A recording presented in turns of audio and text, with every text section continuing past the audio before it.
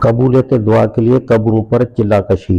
سوال: مشائخ و صوفیاء کے بعض تذکروں میں یہ ذکر ملتا ہے کہ فلاں صاحب نے فلاں بزرگ کی قبر پر مراقبہ اور چلا کیا، اور یہ بھی کہ فلاں بزرگ کا یہ قول اور تجربہ ہے کہ فلاں قبر پر اللہ سے دعا مانگنا قبولیت کا سبب ہوتا ہے، اس کی دین میں کیا حاصل ہے؟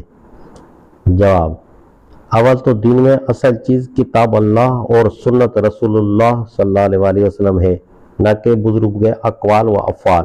دوسرے، خود بزرگوں کے اقوال و افعال کے متعلق جو مواد تذکروں میں ملتا ہے وہ بھی ایسا مستند نہیں ہے کہ اس کی بنا پر یہ اطمینان کیا جا سکے کہ واقع ان بزرگوں کے اقوال و افعال وہی تھے جو ان کی طرف منسوب کیے جاتے ہیں۔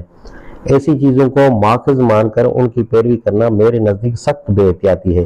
محفوظ طریقہ وہی ہے جو ہمیں قرآن و حدیث سے ملتا ہے، جس کے دور صحابہ اور دور تابعین میں رائج ہونے کا ثبوت ملتا ہے، اور جس کو امت کے محدثین اور فقہا نے منقح اور مدون کر کے رکھ دیا ہے۔ لہذا جو شخص دین کی یقینی اور قابل اعتماد راہ پر چلنا چاہتا ہو، اس کو اس محفوظ طریقے سے تجاوز کا کبھی خیال بھی نہیں کرنا چاہیے، کیونکہ باہر جو کچھ ہے وہ کم از کم خطرے سے تو خالی نہیں ہے۔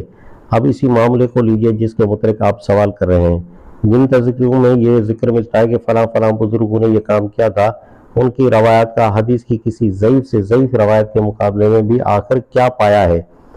کس سند کی بنا پر یہ اطمینان یا گمان غالب ہو سکتا ہے کہ ان بزرگوں نے واقع ایسا کیا تھا؟ فرض کیجئے کہ حقیقت میں انہوں نے ایسا نہ کیا ہو، اس صورت میں ان بے سند روایات کی پیروی کر کے ہم آخرت میں کس چیز کا سہارا لے کر جواب دہی کر سکیں گے؟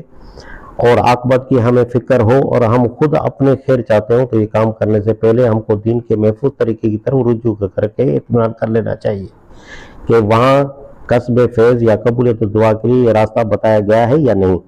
صحابہ نے خود نبی صلی اللہ علیہ وسلم کے مزار مبارک پر کبھی چلا کھینچا یا مراقبہ کیا؟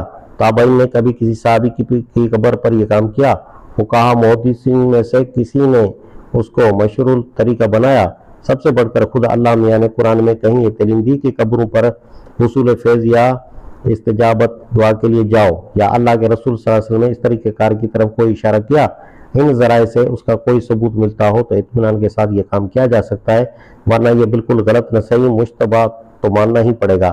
ایسا مشتبہ کام کر کے کیا میں خطرہ مول نہ لوں گا کہ شاید آخرت میں غلط ثابت ہو اور میں اللہ تعالیٰ کو اس سوال کا کوئی جواب نہ دے سکوں کہ جب دین کی حقیقی راہ معلوم کرنے کے قابل اعتماد ذرائع موجود تھے تو میں مشتبہ ذرائع کی طرف کیوں گیا؟